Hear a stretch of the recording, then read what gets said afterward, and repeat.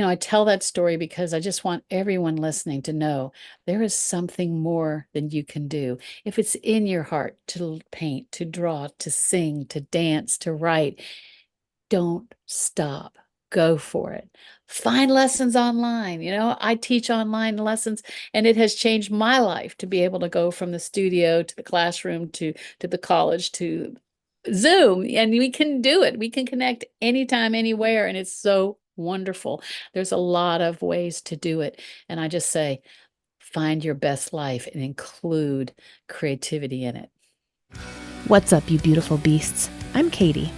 I'm on a mission to help humans become their favorite versions of themselves and to strive for overall health by healing their relationship to food and exercise, healing their relationship to their body, and most importantly, healing their relationship to themselves, all without ever having to step on a scale. I have had the privilege to talk to all kinds of different humans who have been through a plethora of experiences just being a human and existing.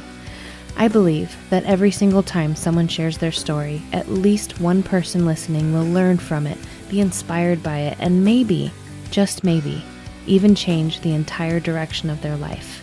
These are the stories of humans unveiling their beautiful beast. Keep listening. This is the Unveiling the Beast podcast.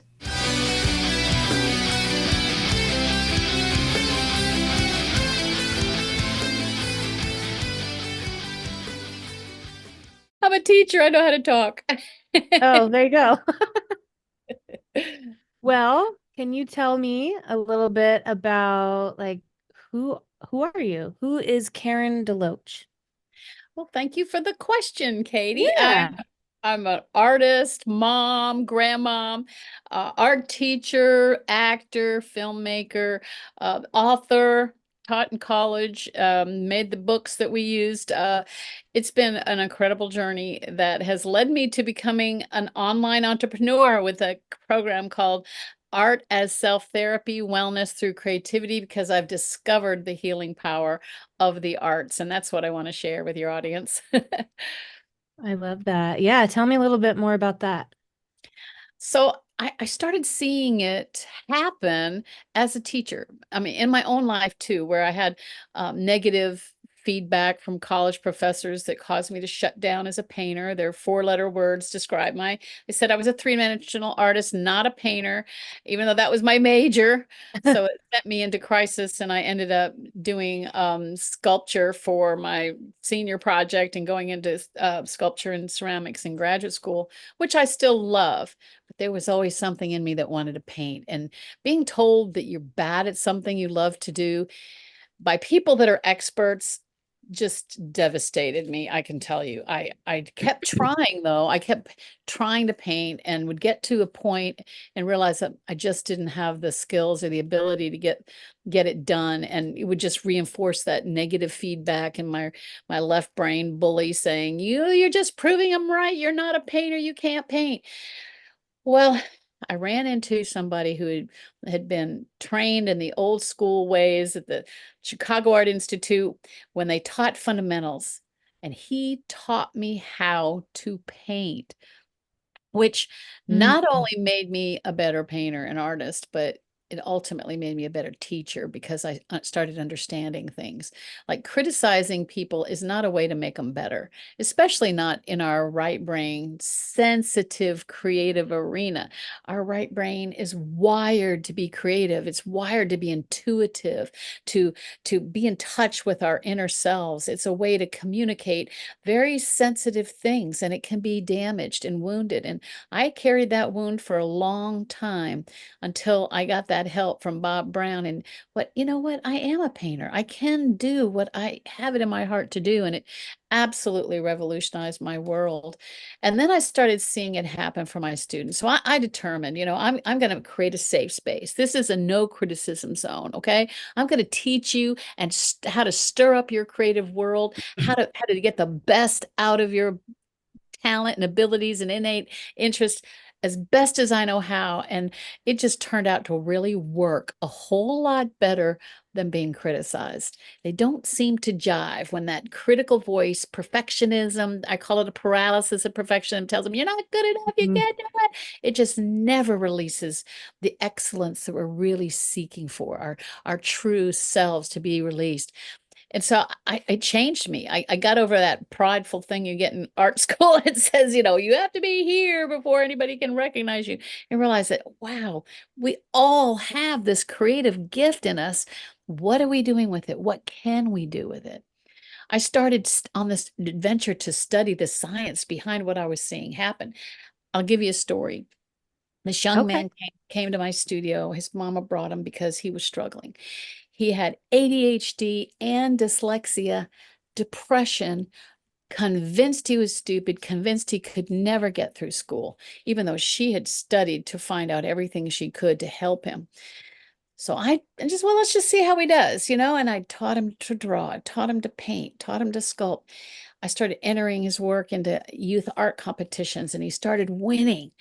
Well, this just made all the difference in this young man's life. He got out of depression. He found out, you know what? I can do something well.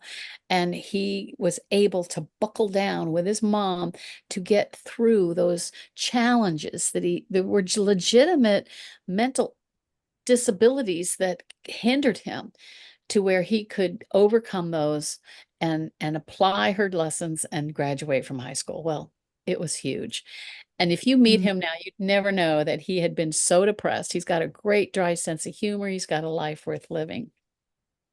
Now, this same young man had a traumatic brain injury happen to him right after Mm. this.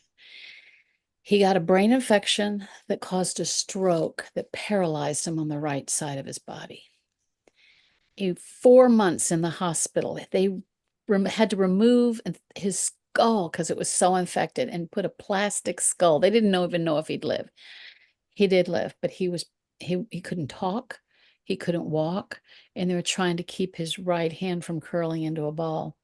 So when they let him out of the hospital, his mom brought him back to my studio. So he's dragging the right side of his body with a walker, and he can't talk. I'm like, you know what? Let's see what you can do with your left hand. What I didn't understand then, Katie, was that he had been building these neural connections with his fabulous left brain and his right brain, changing his brain structure, which, when you have an injury like this, causes that natural brain plasticity to the part that got damaged being accomplished with another part of the brain. As he learned to draw left-handed, as he learned to paint left-handed, as he learned to sculpt and write, it was actually bringing healing to the right side of his body. Now, I know this because I got a call from his neurosurgeon. He's like, I've never called somebody's art teacher before. What are you what are you doing with David? He said he's stronger with his weak hand than I am, and I'm a surgeon, and he's getting healing on the right side of his body. I'm like, wow, I don't know. I'm just teaching him to do it left-handed. He said, don't stop. It's working. Because I'm not a trained art therapist, right? I'm an artist, I'm an art teacher. So this was so exciting. And sure enough, he was able to start learning to talk and walk. He still has the plastic skull. He's a handsome young man. He's restored. He's gotten his sense of humor back. And now he's had both of those things he's overcome through the power of art. Well, needless to say, I'm convinced, and obviously his neurosurgeon is convinced. And I started investigating what is going on in the brain through the arts, through the power of the arts. And when I say arts, I'm talking about more than visual arts, because it seems to work whether you do it with music or dance or singing Mm. or writing, cooking. Creative cooking, gardening. There's so many ways to be creative, and they all work. And you don't have to be an award winner for it to work. It releases serotonin, the happiness chemical. Now, here is a study you'd probably enjoy hearing about. They studied people that sing in the shower. Do you like to sing in the shower? Oh, yeah. Well, you are making yourself more brilliant when you do that because they discovered that as you're in there resting your right brain, your left brain, you're scrub-a-dub-dubbing and you're singing along, feeling good, releasing serotonin, that happiness chemical, and making all these new neural connections between left brain, right brain. You get out and you're drying off and you get an idea. Maybe the title of your next chapter or a solution of something that's been bugging you at work or in a relationship. Things that a solution that came from seems like nowhere, but it was actually while you're singing in the shower. You're operating in your most brilliant place. Even if nobody likes to listen to you sing, it still works. Isn't that wonderful? That is so, is that why I'm so smart? I'm Yes. kidding. Exactly. You're operating in your most brilliant when you're doing something that engages left brain, right brain. And it's not that hard to do, which people think, oh, especially if your right sensitive side, like me, got wounded, which many of us get wounded when we're really little. So they say that out of 5 and 6 year olds, 98% of them are creative geniuses, Mm, but only 2% of adults. So it's there, that potential. When we were five and yeah. six, what did you love to do when you were 5 and 6? Did you love to sing then? Did you like to do plays in the playground like me? Did you color on the walls and get in trouble like I did?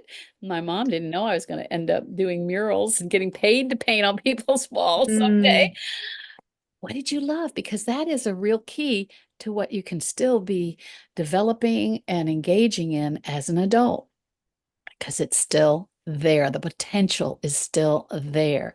And now we have the internet. We can find lessons and exercises and ways to do things that we never thought we could before.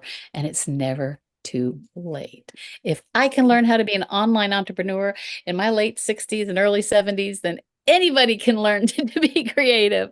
And look at you, Katie. Here you are, a podcaster. You are having engage your left brain and learn all this technology and scheduling and finding guests and doing all of the left brain skills, but then you're creating content that's never been made before, the very definition of creativity. So just by being a podcaster, you're also working that most brilliant brain, left brain, right brain, working together. So yeah, you are brilliant and you're getting more brilliant as you continue to do this. So I'm kind of on a mm, mission with my passion as I've been studying this, and I have many, many more stories. Well, all of us can engage our left brain, right brain together. If you're suffering from brain fog, as a lot of people are, or maybe feel like you're diminishing in your brain sharpness, these are absolutely ways that you can get your sharpness back. It's still there, ready to be engaged. I asked God, I said, what is my personal purpose here? What is kind of my personal goal? What did you put me on this planet for? And I heard very clearly, you stir up the creative in others. So I feel like I'm on a mission to let people know that this is there available to you to operate in your most brilliant. And there's so many ways to do it. I've got this free podcast. It's 3 episodes where I go into more depth of how mhm. different ways people can be creative. All they have to do is go to getcreativewithkaren.com and register and get those podcasts and really find something that gets your heart beating a little faster, finding joy again, finding your fun factor. I think we need more fun in our lives, and it's so good for us emotionally, mentally, and physically. And they have the science to prove it, which is really cool to me. They can't explain why it works. They just all agree somehow it works. Yeah. Oh, this is all so fascinating to me. Because side note, something I don't think I've ever shared on the show before. Before I went into the work I'm in now, I wanted to be a child psychologist who did arts therapy with children through music, art, any kind of arts, theater, all of it, all of the above. And my life ended up going in a different direction, which led me here. But that's what I used to want to do. And so this is really cool to see somebody not necessarily doing therapy, but it is therapy. Oh Even though yeah. you're not a licensed or a psychologist, it's still therapy, I think. Yeah, my program is called Art as Self Therapy, Wellness Through Creativity. And, I applaud you for that desire to do that because that compassion is still in you, obviously, with even the topic that you have your podcast, you want to see people live their best life and operate in their own personal joy and fulfillment. So this is a beautiful thing you're doing for people. And just to encourage your listeners who can identify with being an artiste of any kind, Walter Reed Hospital, not very long ago, they did a study for their returning veterans that were wounded, and they did all the physical things, they did all the therapeutic things, and there were some that just weren't recovering the way they were hoping. And they did a summer program where they involved them in some extracurricular type of therapeutic models, and I don't know what they all were. All I know is the results at the end of the summer, there was a huge success. And as they interviewed and surveyed the troops afterwards, they said, "What did you enjoy the most?" And the overwhelming majority said, "Art." And these are men and women identifying as soldiers. We don't Yeah. think of them as being creatively artistic, but creativity is who we are. I mean, we were born that way. We were born with half of our brain. I know it's a little more complicated than that. Obviously, I'm Yeah. not a neurosurgeon, but I mean, now I go to museums and art galleries a lot, and I live in a good area where there's a lot of them. And I noticed recently that every gallery had at least one artist that was doing neurodoodles. I don't know if you've ever heard of that, but it's where Mm-mm. you just kind of release your hand to just move very organically across your paper. And then when you get down and look, you can soften the edges and even add color. And I was seeing it everywhere recently because it does exactly what we're talking about when you're singing in the shower, when you're just releasing your mind and your thoughts and letting your creativity just kind of flow. You having now written some books, including how to draw, how to paint, and then the art history appreciation textbook for my college classes. I found the wisdom of other writers saying, don't edit when you write. And that's the same kind of thing. You're just releasing your creative giftings to flow without editing. And I call it creating a no criticism zone because we've all had that. You're not any good. You're not good enough. I call the left brain Yeah. bully trying to talk us out of these things that are giving us joy. And that's something that we want to certainly overcome and get healing from. I've had somebody tell me that in kindergarten, the teacher tore up her paper in front of the class because she had colored outside the lines. So she thinks she wanted a crayon color again. At third grade, someone said, "Let's go color." She's like, "Oh, I can't color." I mean, to be that little and convinced you can't do it because somebody Yeah. had humiliated her. We're sensitive. This is our sensitive side. It touches us to the deepest parts of who we are.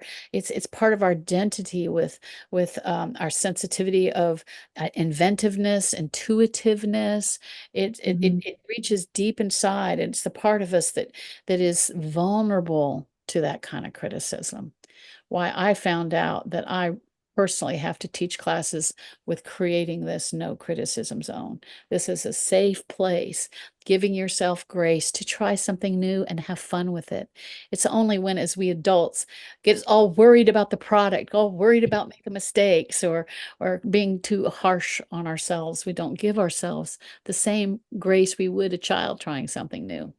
And that's part of the key of engaging that left right brain connection to operate in our most brilliant place and have fun doing it is not being so concerned with the product as we are enjoying the process.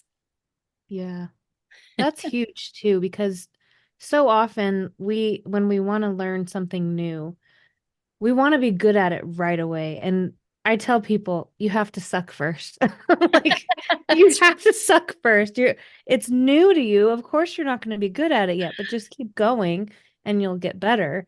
And so it is disheartening to hear when somebody on the outside is like, you're you're not a good artist. Well, yeah, I just started. Of course I'm not good yet.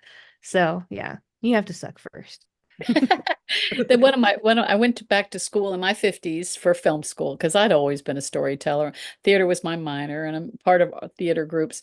But I really wanted to learn all the technology of filmmaking. And that was one of the professor's things that got me into that school. He said, "Your first movie is going to suck." He said it just like that. You're gonna suck. He said, the second one won't suck as bad. Then after a while you keep doing it and reach and you go, that didn't suck. And that was exactly the Yeah. way he'd say it, is you have to accept that this is a process of learning all of the different parts and skills, and bringing a group together to help you, and making all those pieces function together is quite a process of a real deep Yeah. learning curve. So, Yeah. My example of that is this podcast. yeah. Go back and listen to episode 1 from like 4 or 5 years ago. I had a cell phone and a lapel mic in the middle of a room, and we talked like this. And it's, now I do most of them on Zoom, but I'm sure if if and when I do an in-person interview again, it'll be completely different because I have the whole setup, and I've learned how to use everything, and I've learned how I like the look, it's all from my head. Like, does that all make sense? Yeah, go Absolutely. back and listen to episode 1. You'll laugh I because got to go on a mission trip a couple of years ago to Uganda, and I was brought along as the art teacher and storytelling, because they love to do drama. That particular group of rescuees, this church had been literally rescuing children off the streets and Mm, raising them in their church building, putting them to work, putting them to school, helping them in every way they could. It was quite an experience. Of course, you fall in love with all these young people, and they were so hungry for art. I mean, I brought literally a huge suitcase full of art supplies, thinking, we'll do some and then I'll leave whatever's there. They can continue to do it. I didn't realize that they wanted to do art hour after hour after hour. I'd never had anybody so hungry to learn.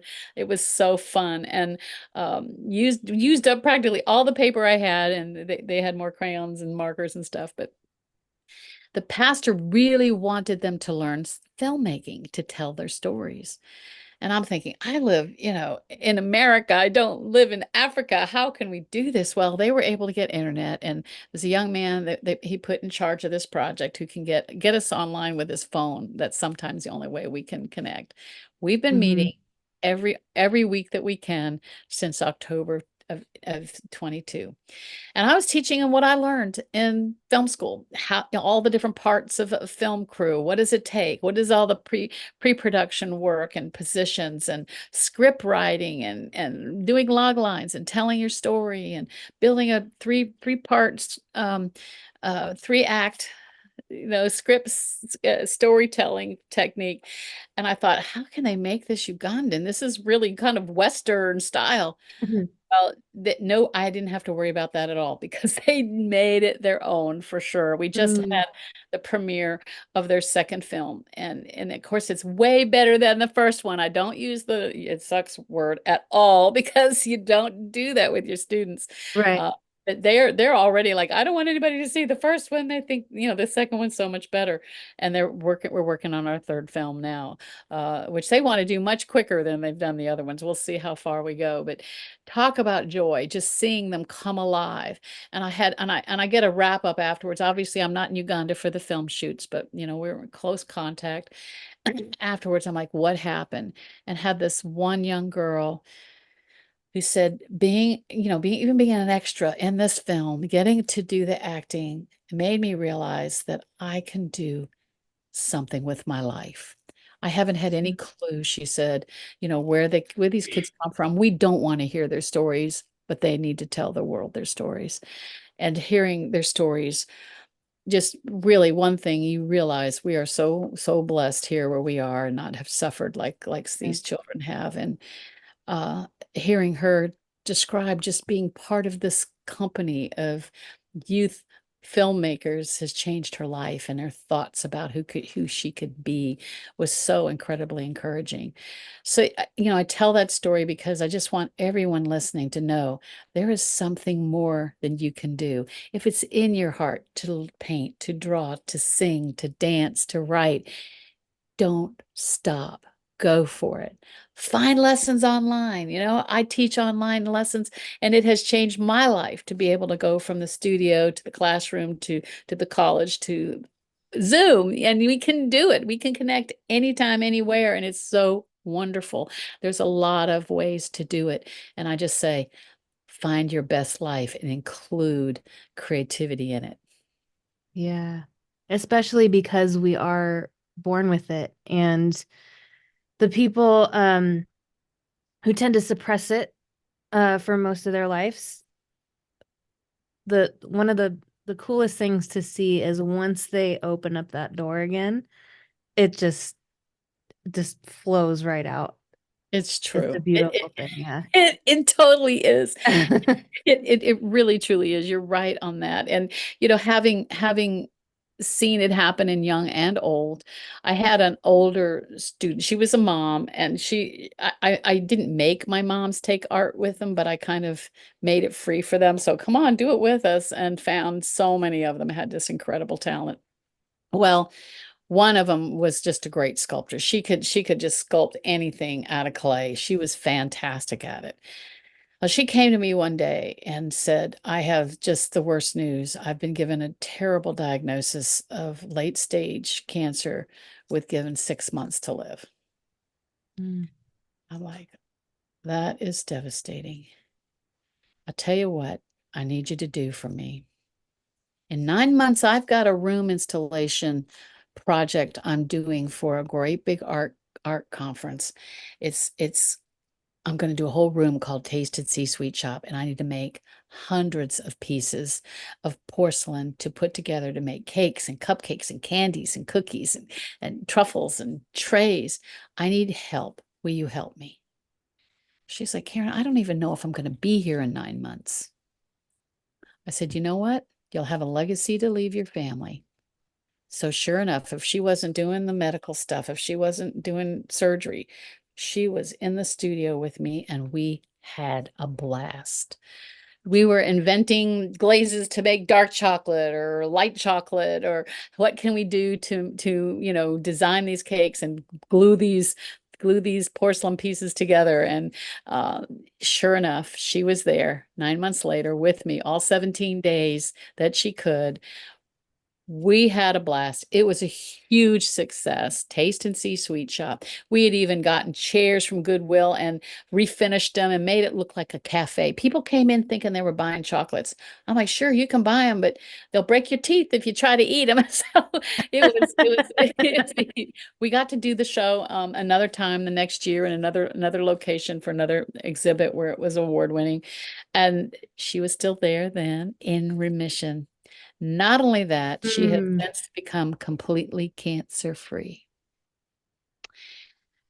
And I know, and she knows, that having the distraction in her life to focus on something fun and beautiful with a goal absolutely saved her life. She did the medical things, but there's a lot of people that do the medical things that don't make it. So there Yeah. is something really beautiful and supernatural about making your life count in this creative world, no matter what you're facing, what you're going through. It's already known to alleviate depression, brain fog, all kinds of things that people are walking through. It releases stress levels.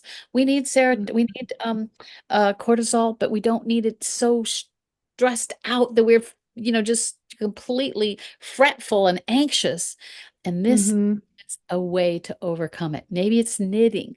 My grandmother from Norway used to knit us booties, little slipper booties, and all of us grandkids when we were little, we're like, they were all crazy colors, and we're like, what do we do with these booties? But I tell you what, as she was in, she lived a long life, 96. We treasure those booties. We sew the holes in them. We keep those. We all compare. I mean, I know I have several that are all different colors, and it's like it doesn't matter. These are precious. My father, who had been a Marine, when he retired, he wanted me to teach him drawing and painting. So he started painting at the end of his life, and he would give them framed to my sister and to me. And those are treasured by our family, those paintings. If a museum came and tried to buy them, they couldn't. Not that they'd want to, Mm, but to us, they're precious. So I'm telling yeah. you, don't be shy about it. Don't be afraid to try it. You know it's stirring in you, even as you hear this. What do you want to do? What did you love when you were 5 and 6? What is still there? It's possible, and you can overcome those negative left brain bully words that try to keep you from your best life. Mm. One of the things that came to me when you were sharing about your friend with cancer is that art is both, I don't know how to say it in words. It's you're both able to check out and distract yourself, and at the same time, you're going inward to pull out the creativity. So you're like going out and in at the same time. Does that make sense? It's just Absolutely. like Well, it it's like does you're to me. I checking, get what you're saying. yeah, because you're checking out from the world for a little bit and you're going inward and focusing on what's in front of you.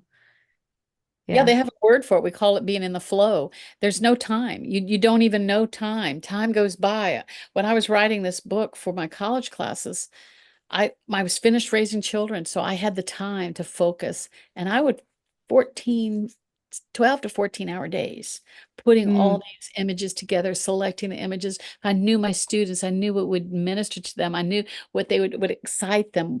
I wanted to, I had one little chance for these students to discover the whole history of Western art and the richness of it, and find something that connected to their soul, their inner parts, as you're describing, something that made them stop turning the pages and say, wow, I like that. What do you like about it? Let's talk about it. And I made them draw. I made them learn how to stir up their own creative life. And in that short amount of time I would have for them, I wanted them to leave with this understanding of a legacy, have a world that included art in it, even if they never are an artist, because we all have that option to make someplace beautiful. I can see just looking at your surroundings, you have a creative gift. You like the way things look around you. You've created this backdrop and these light fixtures, and you've thought about what it looks like on camera. And I can tell, I can see that design element in your sensitivity. And we all have this place inside. We want to be seen. We want to be known, even if it is very vulnerable. And I don't like doing art fairs. I've done them before as a potter, as a ceramic artist. You go and you bring your artwork, and I feel like I'm yeah. laying on the table naked. Like, go ahead, criticize me. Don't Yeah. talk about how it's not worth that much or whatever. It feels so vulnerable, and it seems crazy because I ended up, when the last time my husband and I did a weekly fair that we paid to be have a table.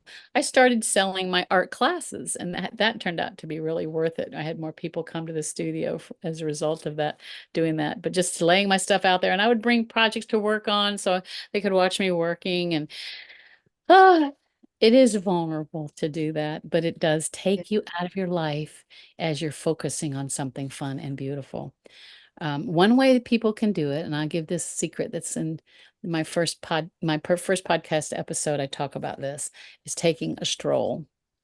Now, a stroll, not a Fitbit aerobic walk, which is good for you. And I'm talking about a stroll, either with your pet or a favorite person or your loved one, even by yourself. And you're going to notice your surroundings. You're going to notice the sky. You're going to notice the trees, or hear the birds singing, or the squirrels twittering, or whatever is going on around you. You can take a sketchbook maybe and just draw, or neurodoodle, just let it flow, or maybe a journal and just make some notes. Again, not editing as you go, just being free flow, or even not doing any of that and just breathing. It's Mm, good for your body, good for your soul, good for your mind, and it engages left brain, right brain.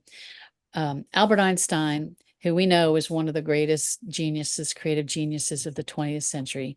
He had a lot to say about creativity and imagination. And one of his quotes is that creativity is intelligence having fun. One of my Mm-hmm. favorite I quotes. like that. Yeah. Yeah. And getting in touch. We adults get so serious. Where did we lose all those creative genius parts of us? Is Mm-hmm. part of this education system. And I'll be honest, it's easier to grade memorization skills and logic and order and SAT, questions. They don't have anything on there about, how much do you enjoy singing, or how much do you enjoy music or art or dance. It's not on there. And so it gets trivialized at least, and ignored for the most part, even as it can be wounded. So these are very real disparities. We don't want to stop all that left brain knowledge and understanding, but we want to add to it that creative part of us to really be in our best place. Yeah. Two things just came up for me. And the person I spoke with about 2 hours ago, we were talking about walks like that. And how Oh. like so many people are just focused on how many calories I can burn, and go for a walk and look around you. It's so beautiful. I mean, in most places, not everywhere, but you know what I mean. Like Mhm. go for a walk for your head and not for your body, because it's gonna show up in your body anyway. That's exactly Uh, right. yeah. Um, and the second thing that came up for me, I wanted to share with you because you mentioned schools. Um, a long time ago when I was in high school, we had a program called the Pop Arts Academy, Oh. and we would study a subject, which was history. Then we'd write a play about it, which was English. Then we would perform the play, which was what do they call it? Electives, elective credit.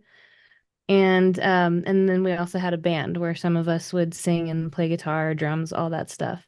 And so we'd get all of the subjects minus math and science. And we get school credit for it. And the school district decided that that was too artsy, and they cut the program. And the teacher who led the whole thing, his name is Bill Rotella. Um, he, I think I was gone when they cut the program, and I'm trying to remember it correctly because this was a long time ago. Um, but he contacted me, I think 10 years after I graduated. I'm gonna go with 10. It could be 11 or 12. And he said, they're bringing the program back. Will you come sing? And I said, hell yeah. So they brought the program back, and then they cut it again, and he left. He left the school. He was like, I've been trying to get this back for 10 years. You brought it back, and then you're taking it away. But now he's off doing his own thing with he plays guitar and sings, and he does shows. He's in his 70s. It's awesome. But the Hey, point is, 70s, yay. yeah, it's that I think I learned more in that program than I ever did with rote learning, with the read it, memorize it, take a test, lose it, Oh yeah, I'm good at you that know? too. Yeah. And how about if they have Yeah. their sports coaches, the ones teaching history? Here's the dates. Here's what happened. As a result, like blah blah blah. I mean, history is about people, Yeah. and art is about people. It's when you take that out. My nephew is saying, art history was the most boring class of my college career. I'm like, what did they do? And as I wrote this book, I'm like, I'm coming from an artist's point of view, and most art history books, are written by art historians. I'm sure they do it because they love art, but they're not doing it from their right brain, even though they're writers. For the most part, they're writing it very left brain, and you miss it. You don't when you don't feel that human connection where you read about these artists or this art that you love, and you read their story and you want to know more about them, and you feel their hearts, and you can see it, and it makes it mean so much more. Same thing with we're fascinated by our actors. We're fascinated by our famous singers. We want to know more about them because they're sharing vulnerable things as they sing, as they Mhm. play, they dance. What a Yeah. great fabulous program. I got to participate in that kind of thing because we homeschooled. We got to make There you things go. go along. And when you have ADHD kids, they don't sit still well. They're all actors. All my kids are actors. They're all studio babies. We did the same thing. We called it unit studies, where you're Mhm. studying Egypt, so you're going to do hieroglyphics. You're going to make pyramids. You're going to do things that are connected to the story of the people of you're studying. And I mean, those children, you remember it. It makes an impact. It's totally Yeah. a different experience. And I'm really hoping that our schools can get back to understanding the power of the arts, how it how it really makes us our most brilliant. And that's certainly, you're not the only one, and this professor that you got to experience is not the only ones feeling that way. I'm Hmm. really hoping that it can switch where your teachers, and I hear teachers. I am a teacher. I understand. I've been in the system, and I understand the pressures to create children that can pass these tests so that they can get more money for the schools. It's so frustrating when you know that that's not the answer. And any children like my children, we don't fit in the box very well. We don't sit down and be quiet for 7 hours a day. We Yeah. don't do that well. My daughter's different than my son. She could have very well fit in them. She didn't get that chance, but she could have. Yeah. My boys, however, and they're all musicians, they're all actors and writers. They are not sit down and be quiet adults either. Yeah. And then what's so sad is when they don't fit into that box, something is wrong with the child and not the system that's trying to teach them. And they have a learning disorder when it's just learning differently than all the other people on the assembly line. But they feel stupid, and that's the really, really sad part. Yeah. We love our Yeah. geniuses that can pass these tests, and they're scientists and Mm-hmm. physicians, and they do these very, very technical fields that are important, and we appreciate them. But what about the rest of us? We don't fit in that world. I didn't raise any nuclear scientists. Okay, they're all artists and musicians and actors. And I'm not apologizing for that. My husband's Yeah. a writer and a musician. So that's and it's hard because when your world is geared towards left brain and making a living, there's just so many people that have chosen and been forced in some sense to make those choices to be able to make a living. And I'm really hoping that these are things that can change in our future for these next generation. I have grandchildren now. I want to see them be able to be the best you they can be with operating Yeah. in all of their brilliance, left brain and right brain. Yeah. Yeah. I'm on a mission to help people become their favorite self. Yeah. Well, I think that's going to have to include some creative world in their best life. Absolutely. Yeah. Well, I have one more question for you. And I ask everyone at the end of every episode, and that is if you had one piece of advice that you would give to the world, what would it be? Have grace. Be gracious to yourself. Have grace to get through all the processes and difficulties and challenges that literally we all have. So be gracious to yourself. Then you can be gracious to others. But you got to do it to yourself first. Yes. I love it. Good. Beautiful beasts, Karen DeLoach, signing off. Until next time.